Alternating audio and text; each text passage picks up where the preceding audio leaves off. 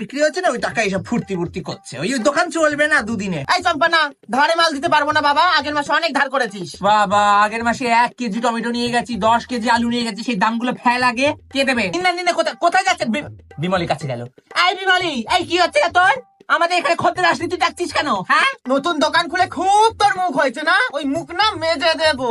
একটাও খদ্দের আসছে না রে, মাছি তাড়িয়ে যাচ্ছি। এই তো, এই দিদি, এই মাছ কিনে বাড়ি যাচ্ছেন মানে কি? সবজি কে নেবে? না, সবজি দিতে হবে আপনাকে। নিন, কল আলু মাছের ঝোল খাবেন, নিন। ওই দেখো প্রতীক দাদা বাবু আবার লতার দোকানে ঢুকছে। দেখো টাকা নেবে না। টাকা নিল না কেন? বাবা নেবে না তো লতা, ওটা তো মিন্টু পিন্টু আছে না। হ্যাঁ রে চাপা, আজকের বাজারে একটা খদ্দের দেখতে পাচ্ছি না, কোথায় বল দিনি? ওই দেখো মিতার দোকানে এত ভিড়। কি আছো সবজিতে? পচাতে হবে। মিতাকে তুমি ব্যস্ত রাখো, আমিও সবজিগুলোকে পচাই। চলো, ওর হচ্ছে আজকে দাঁড়া রে।